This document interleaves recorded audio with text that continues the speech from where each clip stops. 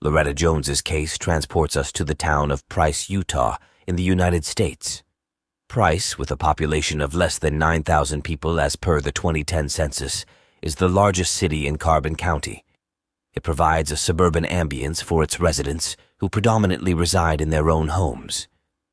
Renowned for its captivating rock formations, expansive deserts, and breathtaking canyons, Price offers a picturesque setting for recreational pursuits.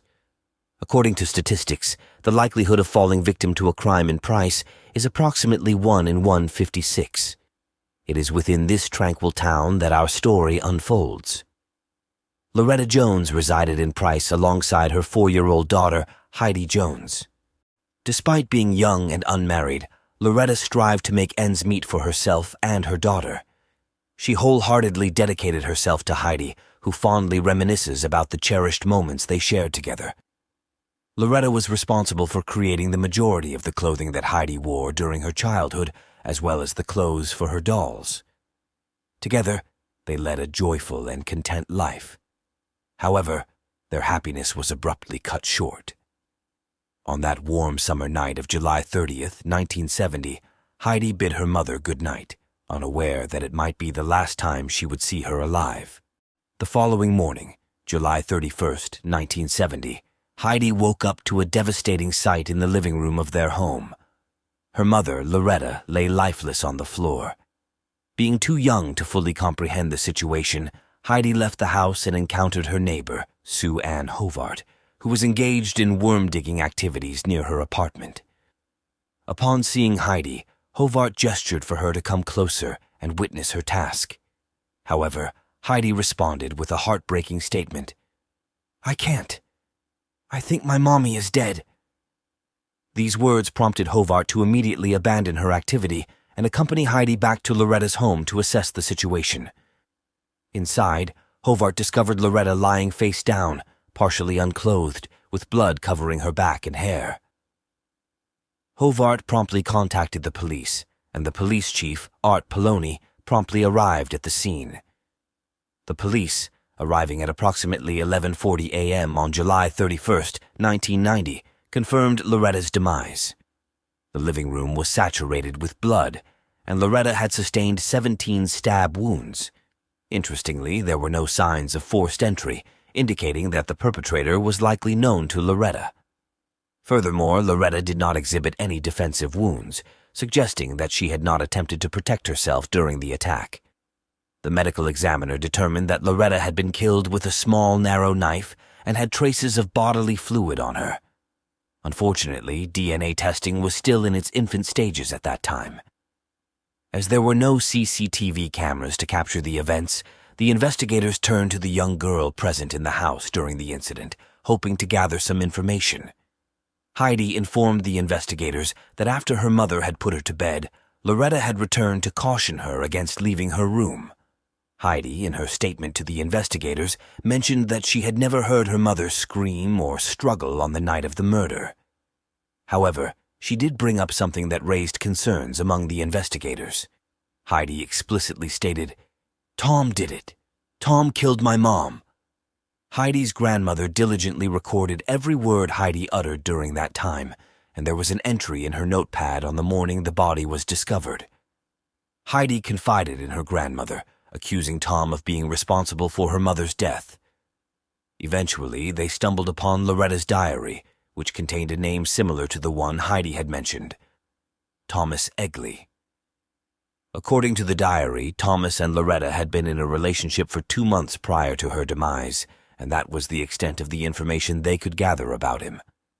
The investigators found themselves with very little to work with in this case, apart from the name mentioned by a 4-year-old Heidi, who was asleep at the time of the murder. However, the police soon received another lead to pursue. At around 9:30 p.m., Kulo Fennell, a 10-year-old girl residing 3 blocks away from Loretta's house, was outside riding her bike with her brother.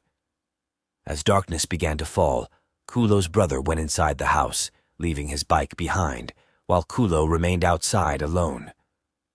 As she approached the front door, a man suddenly attacked her from behind, covering her mouth with his hand.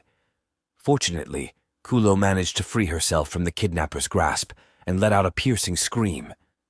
Startled, the man fled the scene. Kulo caught a glimpse of her assailant and the direction he fled towards. She informed the police that he ran in the direction of Loretta's house. Later, at the police station, Thomas Egley's photograph was included in a lineup, as he was already a suspect in a murder case that occurred on the same night. Kulo identified Thomas as the person who attempted to abduct her, leading to his apprehension for questioning. The investigators believed that Kulo's case and Loretta's murder were connected. On August 1, 1970, they interrogated Thomas regarding both incidents separately, to which he vehemently denied any involvement. Thomas claimed that on the night of the homicide, he caught a ride with a group of teenagers who later dropped him off at a fast food establishment where he had hamburgers. Subsequently, he stated that he proceeded to a bar named Highway Rendezvous on Springland Road at approximately 11:30 p.m., and after that, he returned to his residence. According to Thomas, he did not encounter Loretta on that particular day. In order to verify Thomas's account, the investigators visited the bar and inquired if they had indeed seen him that night. The bar owner confirmed that she had seen him, noting that he appeared somewhat anxious, nervous, and had red speckles on his shirt. The investigators questioned Thomas regarding the red speckles mentioned on his shirt, to which he explained that it was likely paint residue, as he had been engaged in painting activities throughout the day. Despite his explanation, the investigators proceeded to collect the clothing Thomas claimed to have worn that night, as well as his hair, blood, and fingerprint samples. The fibers that they discovered on Tom's clothing did match the fibers that were found to be similar to those on Loretta Jones's rug. Investigators believed they had sufficient probable cause to apprehend Thomas, and they did so. Thomas was taken into custody while residing in a motel in Helper, Utah, alongside his girlfriend, who was 8 months pregnant. However, during the preliminary hearing on November 5, 1970, the defense presented witnesses who provided an alibi for Thomas. The prosecutor argued that the fiber evidence resembled the rug in Loretta's home, but this alone was insufficient, considering Thomas had previously visited Loretta's residence. Nevertheless, due to Kulo Fennell's identification of Thomas as the individual who attempted to abduct her, he faced charges of attempted kidnapping and spent 90 days in jail. Following his release, Thomas reintegrated into society and relocated to Rockford, Colorado in 1971. Despite this, Loretta's case remained unresolved. Over the years, Heidi grappled with the trauma of her mother's death, confiding in her grandmother, who had taken her in immediately after the incident. Heidi consistently expressed her belief that Tom was responsible for her mother's murder, and her grandmother diligently documented every detail in a journal. Heidi also disclosed that Tom had frequently subjected Loretta to physical abuse. Eventually, the adults in the household attempted to suppress Heidi's recollections and discourage her from discussing the matter further. Although Heidi ceased discussing it openly, she never forgot what transpired in 1970. As Heidi matured, she realized the extent of the attack her mother endured and felt compelled to seek justice by bringing Tom to the sheriff's office for questioning. Decades passed, and Heidi moved forward with her life, but her mother's case remained etched in her memory. While Heidi cherished her mother's memory, she did not actively advocate for the reopening of the case. However, one fateful day, Heidi found herself captivated by a television show called Unsolved Mysteries. This show sparked a fire within her, igniting a determination to seek justice for her mother. Undeterred by previous disappointments, she embarked on a massive letter-writing campaign, reaching out to the Federal Bureau of Investigation, Price City Police Department, and Carbon County Sheriff. Unfortunately, her efforts were met with silence, but this did not deter her spirit. Heidi persisted, pouring her heart and soul into each letter she wrote. Then, in 2009, a glimmer of hope emerged when Heidi made a post on her social media platform. To her surprise, one of her former high school friends, David Brewer, responded. As they reconnected after years of separation, Heidi discovered that David was now working with the Carbon County Sheriff. This revelation presented a golden opportunity for Heidi to reopen her mother's cold case. Determined to seize this chance, Heidi intentionally crossed paths with David at a local arts festival. Their encounter allowed her to engage in a heartfelt conversation about her mother's tragic fate. Moved by Heidi's emotional account, David was astounded that he had never heard of her story during their high school years. Heidi recounted the haunting memory of her mother's final moments, describing how her mother kissed her goodnight before warning her to stay hidden in her room. It was as if her mother had foreseen the impending danger. Heidi also shared her belief that Tom, a figure from her hazy recollections, was responsible for her mother's demise.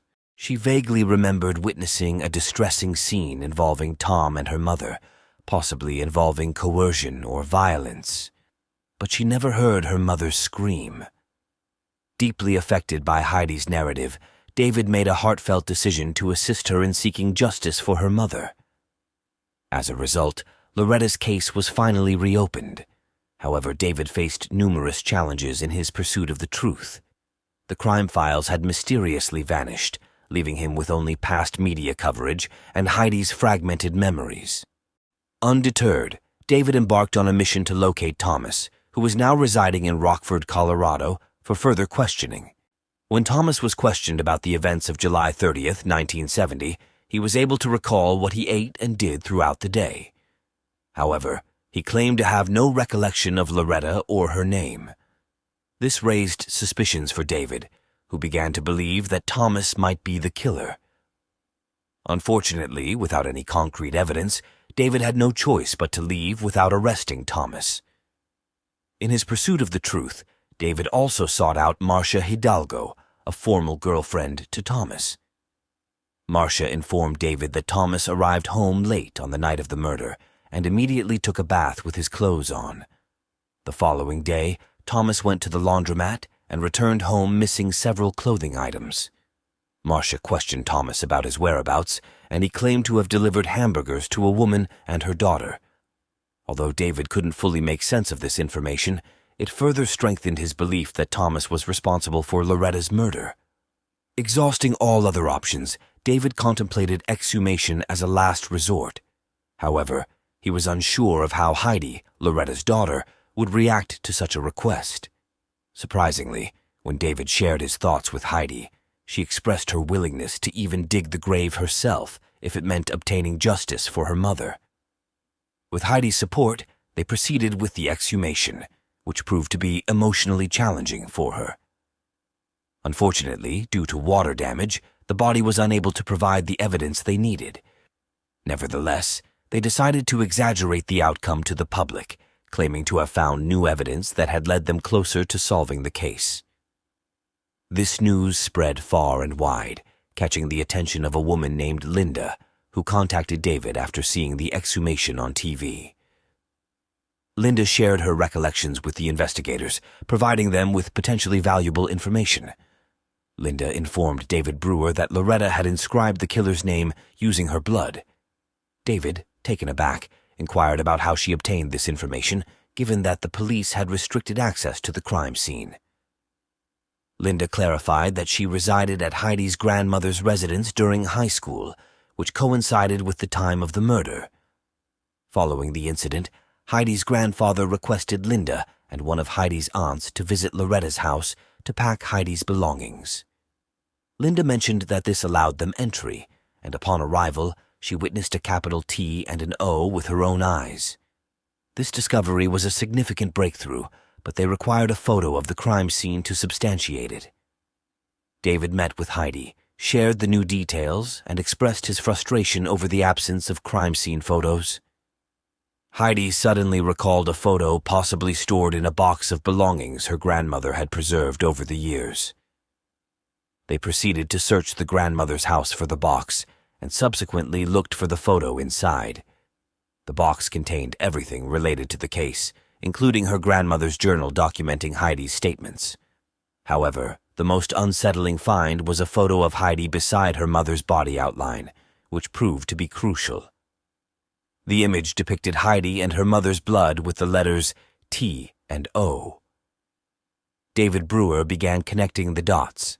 Upon reading the journal, he learned about Tom's mistreatment of Heidi's mother and Heidi's accusations against him.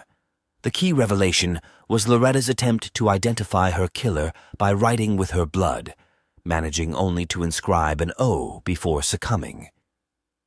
However, even with the photograph, the detectives required additional evidence to apprehend Thomas Egley, who was now suspected to be Tom in this particular case. The investigation came to a standstill once again until an individual decided to provide invaluable assistance to the investigators. Lisa Carter, a woman who resided near Thomas, contacted the police department to inform them that she was his neighbor. She revealed that Thomas had approached her after she had watched the Exhumation video, requesting her to look after his dogs as he anticipated the police might come for him soon. Lisa Carter also believed that Thomas was the perpetrator behind Loretta's murder, and thus she offered her help in the case. She requested permission from the police to wear a recording device in order to obtain Thomas's confession. The police agreed, and arrangements were made accordingly. Lisa approached Thomas and fabricated a story, informing him that her husband had been training to become a detective in Utah. She informed Thomas that he had become a topic of discussion as he was already known as Loretta Jones's murderer. All of these statements affected Thomas Egley, but he did not confess as he still harbored doubts about Lisa's trustworthiness. However, after 2 days of attempting to gain Thomas's trust, on July 26, 2016, he began to open up to Lisa about the events that occurred on the night of July 30, 1970. Thomas admitted that he had knocked on Loretta's door, and she had allowed him to enter. He claimed that he had intended to engage in an intimate encounter with her, but Loretta rejected his advances, causing him to feel worthless. According to Thomas, Loretta left him in the living room to retrieve something from the kitchen, and upon her return, he grabbed a small knife and stabbed her. After stabbing Loretta, Thomas proceeded to engage in a consensual, intimate act with her, despite Lisa's confusion regarding the consent, given Loretta's initial refusal. When questioned about what happened next, Thomas revealed that he completely lost control and proceeded to slit Loretta's throat. Lisa reported that Thomas expressed no remorse for his actions, indicating that he only cared about his own safety. Thomas's arrest was based on a crucial confession provided by him, which served as the key evidence for the investigators. Loretta's sister, Carolyn Kendall, had limited knowledge about Thomas Egley. She only knew that Loretta had gone on a blind date with him once, but Loretta had expressed her dislike for Thomas and wanted no further involvement with him. This explains why Loretta rejected Thomas's advances on that fateful night. Thomas Egley, a 76-year-old local drifter, had a history of an unstable home life, multiple relationships with women, and 3 previous marriages. Despite having 5 children, he mostly lived a solitary life. In August 2016, Thomas was charged with first-degree felony murder and force intimacy in the 7th District Court. Under Utah law at the time, Thomas's official charge was second-degree criminal homicide murder.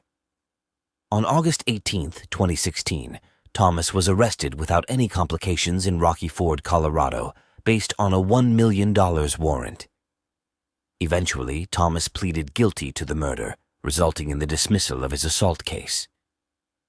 On November 22, 2016, he received a sentence of 10 years to life. Throughout the proceedings, Thomas showed little remorse, except for a written statement read by his attorney, David Allred, which seemed insincere. Thomas even expressed his belief that he should be released, as he hadn't committed any crimes since Loretta's murder. In court, he questioned why the family of the deceased chose to reopen a case from 46 years ago, indicating a lack of remorse.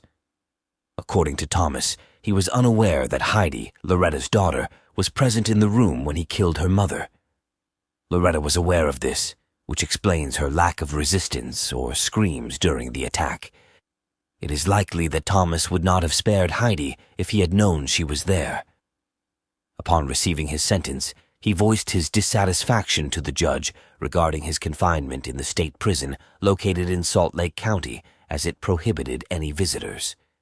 In response, the judge advised him to pursue an appeal. Heidi, who had endured immense pain for over 4 decades, finally had the chance to confront her mother's killer. She conveyed the profound trauma caused by her mother's death and expressed her desire for Thomas Egley to remain imprisoned, separated from his loved ones forever. She vowed to ensure that he would never be granted freedom, even if he became eligible for parole in 10 years. While some may view it as closure, Heidi regarded it as justice. She believed that no words could truly provide the closure and relief she sought, but the fact that justice had been served held immeasurable significance to her. A young girl disappeared without a trace after leaving her home. She was soon to become the focus of one of the biggest searches in American history. Detectives encountered many unexpected turns during the investigation, and it took them an astounding 62 years to find the answers before they were able to piece together the whole story. Spokane, Washington is the birthplace of Candace Rogers, also known as Candi, who was born on July 18, 1949. The only child in the family, her parents separated soon after she was born. Since her father lived in the same city, they were able to spend a lot of time together. Candi was a typical sweet child who loved playing with her dog, going on walks in the park with her friends, and being in nature. She also dreamed of becoming a member of the Campfire Girls, an all-girls group that was popular in those days and comparable to the Boy Scouts. They went on hikes, picked up a variety of practical skills, and had fun as a group. Candi was ecstatic to finally have the opportunity to join this organization in 1959, when she was just 9 years old. Selling mints was one of the Campfire Girls' duties. They had to go door to door selling the sweets they had been given by the organization to the residents. Candi was scheduled to do this after school on Friday, March 6. After coming home, she played with her dog, had dinner, and then, at approximately 4:00 p.m., she grabbed about 8 boxes of mints and left. Candi intended to give her neighbors candy as she strolled through the neighborhood streets. Other girls were also expected to visit homes in this neighborhood, but in order to prevent running into each other and giving candy to the same people, they had pre-designated certain streets. Her mother started to worry a few hours later since Candi still had not come back. She was noticeably running late. She was meant to get home by 6:00 p.m. Her mother made the decision to go outside and look for her as night fell. Candi's grandfather went with them as they strolled around their neighborhood, but Candi was nowhere to be seen. Soon after, a few neighbors, family members, and friends joined the search in an attempt to assist, but they were unable to locate Candi, so Candi's mother called the police. It was already getting dark on the streets by then, and it was becoming more and more obvious that Candi might have suffered some sort of harm. The neighbors were all questioned by the police as soon as they joined the search. It did not take long for them to realize Candi had only sold 1 box of mints. This suggested that she might have experienced something soon after leaving her house. But a neighbor said that at around 6:30 p.m., she had seen the girl on a nearby street. This was strange because Candi's mother had already gone looking for her at that point. Strange observations were also shared by Candi's grandfather. A car was speeding and nearly hit him when he was looking for his granddaughter. The car even hit the curb. He was on the same street as the witness who had seen the girl. Sadly, he missed the license plate, but he did recall that it belonged to a green 1953 Ford. Despite providing a description of the vehicle, the police were unable to locate it. By 9:00 at night, they found a number of mint boxes scattered across the road next to a bridge. The fact that Candi was obviously the owner of these boxes added to the general anxiety. The search was concentrated here by the police, who went over the riverbanks and the small area of woods on either side.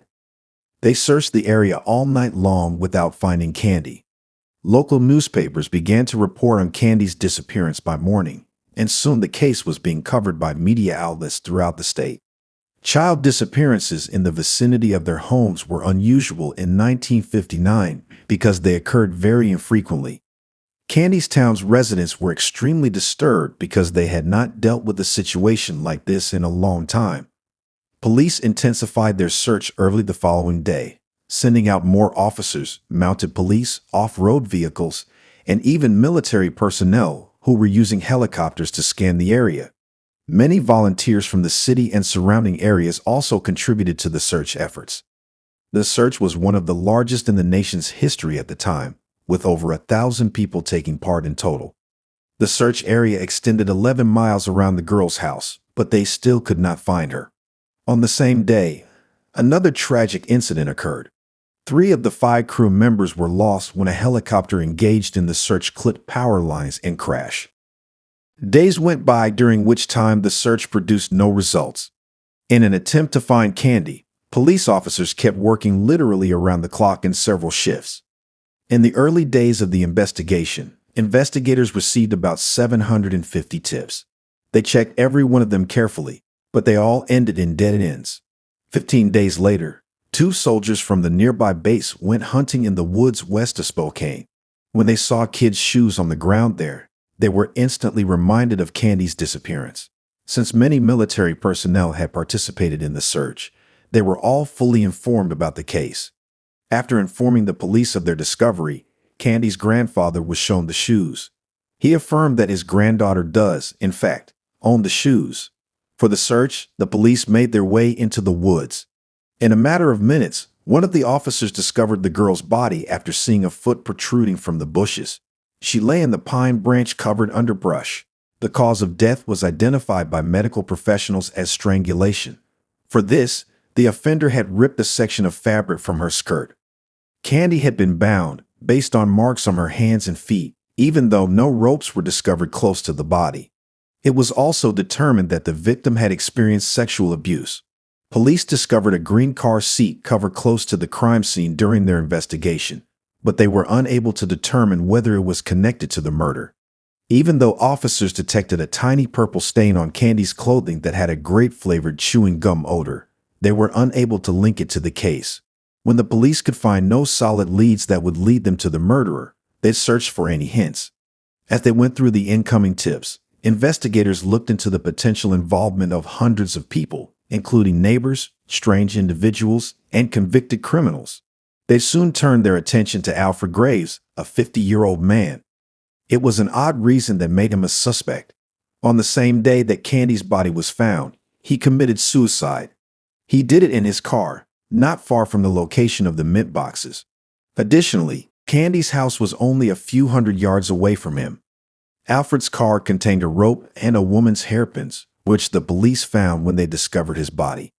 After obtaining a search warrant, investigators proceeded to his home and discovered a plethora of newspaper clippings containing articles about sexual crimes against women and girls.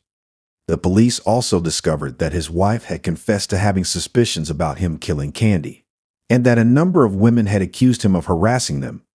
Investigators were unable to uncover any evidence connecting Alfred to Candi's murder in spite of this unsettling series of events. Although it seemed hard to prove his guilt, they were hesitant to absolve him of suspicion. Investigators investigated additional suspects, whose numbers continued to rise.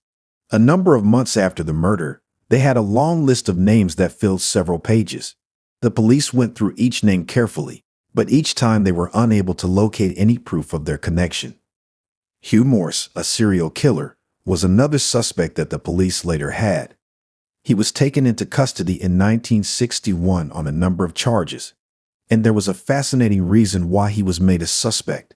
It is remembered that Hugh used to chew grape-flavored gum nonstop, and that something akin to it was discovered on Candi's clothing. The fact that he murdered 2 women in Spokane a few months after Candi passed away gave rise to additional suspicions. Hugh started committing crimes at a young age. After being arrested for the first time for abusing a woman, he was merely let go from the army, where he was serving at the time, with no real repercussions. He later served just 6 months in prison after committing several robberies in Los Angeles. Following his release, he used the promise of ice cream to entice 2 8-year-old girls to a remote location. After abusing them sexually, he was arrested once more. He was surprisingly able to stay out of jail. He was admitted to a mental health facility after a medical commission declared him to be a sexual psychopath. He was freed by the doctors after 2 years, who thought he was healed. After moving to Spokane, Hugh began breaking into women's windows. He killed and assaulted the 28-year-old woman after breaking into her home in November 1959. A decade of months later, He went into the home of a 69-year-old woman and did the exact same thing he had done to the previous victim.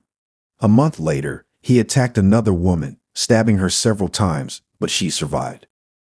He fled the city after committing these crimes, and in the months that followed, he committed countless more crimes, including stabbing women and girls with a knife, forcing them into sexual relationships, and killing 2 more people. Hugh moved frequently between states and cities up until the FBI took up his case. He was quickly apprehended after being placed on the list of the top 10 most wanted criminals in the nation. Hugh tried to take his own life in his cell after receiving multiple life sentences, but the guards intervened to save him, and he went on to fulfill his sentence. Detectives in Candi's case paid him multiple visits in prison, but he denied any involvement. In addition, he underwent a polygraph examination, which demonstrated his honesty. However, because of its dubious accuracy, this tool is worthless in court. Hugh was the police's top suspect due to his biography and the fact that he was a Spokane resident at the time of the murder, but he insisted on denying any involvement, and there was insufficient evidence to connect him to the crime. Police later turned their attention to another suspect, Howard Barnett, a 49-year-old man. He was taken into custody in February 1960 on allegations of sexually abusing the young girl. He committed suicide in his Spokane police station cell a few days after the arrest. He had previously scrawled the words, "I have a sin before the Lord," in his own blood on the wall. Only after her husband's passing did his wife find out about his arrest. She questioned the police, asking if he had killed Candi. Investigators started looking into his possible involvement, but they were unable to uncover any proof of his guilt. The fact that Howard lived on the victim's neighboring street kept him as one of the primary suspects. Police pursued this case for many years, looking into additional suspects and obtaining fresh leads. They were contacted at one point by a woman who said she had seen a green car following Candi the day she vanished. Once more, the investigators concentrated their efforts on finding this particular vehicle. But this did not produce any noteworthy outcomes. It was peculiar, nevertheless, that the woman disclosed this information so long after the crime. This case was periodically reopened in the decades that followed, but investigators were always at a loss. It is interesting to note that in addition to looking for fresh leads, they also had to resist false accusations. 13 people came forward with confessions to Candi's murder, but the police found that they were all lying. These people were limited to repeating information from the newspapers and were unable to offer any information that the murderer would be aware of. Remarkably, these kinds of actions are frequent and prominent instances of people confessing to crimes they did not commit. The police department had many detectives come and go over the years, all trying to solve this crime.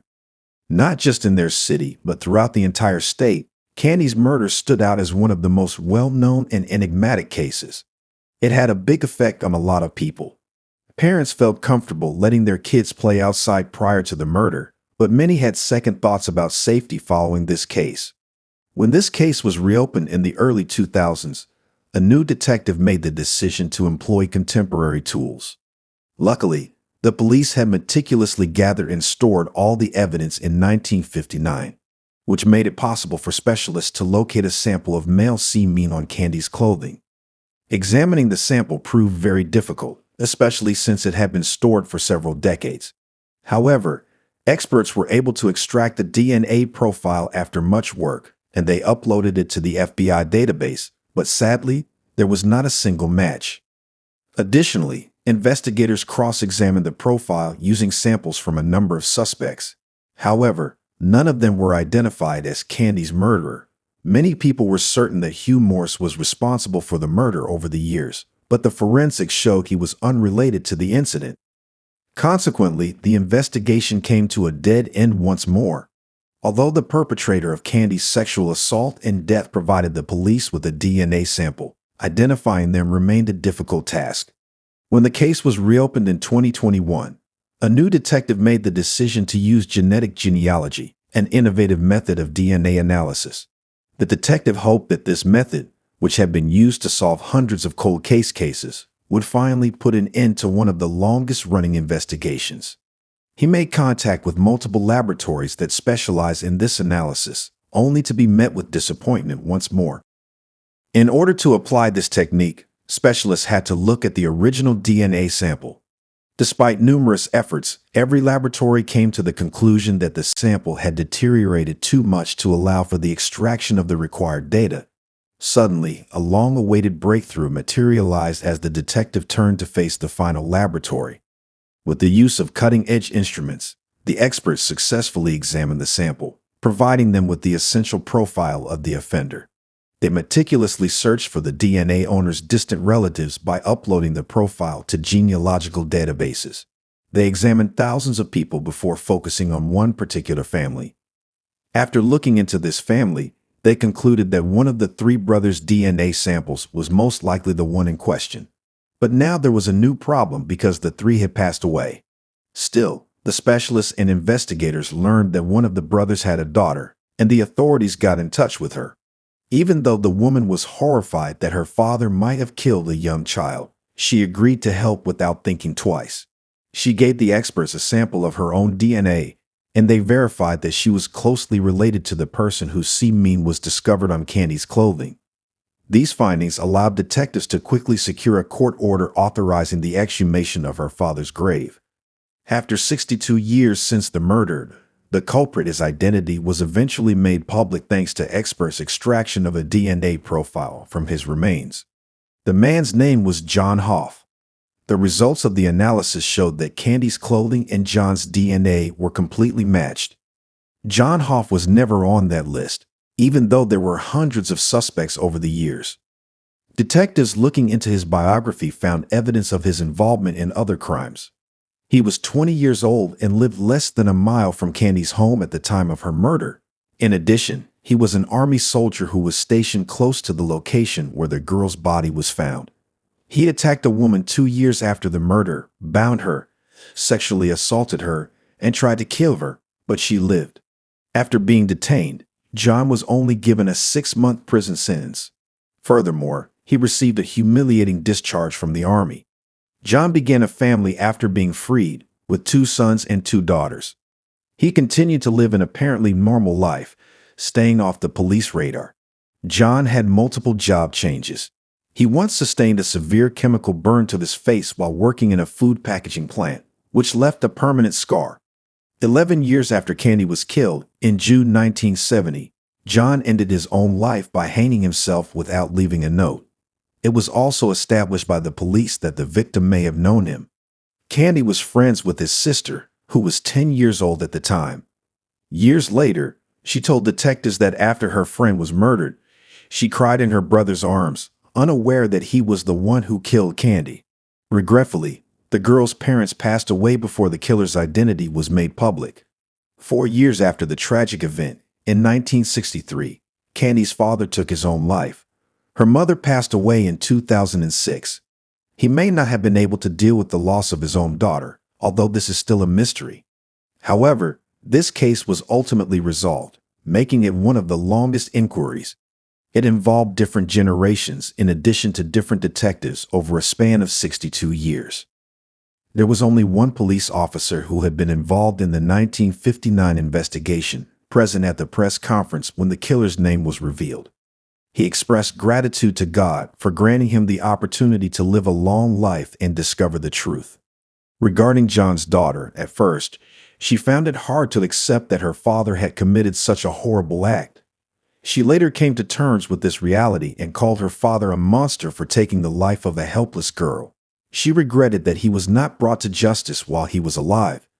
Interestingly, John committed suicide exactly when his daughter turned 9, the same age as Candi.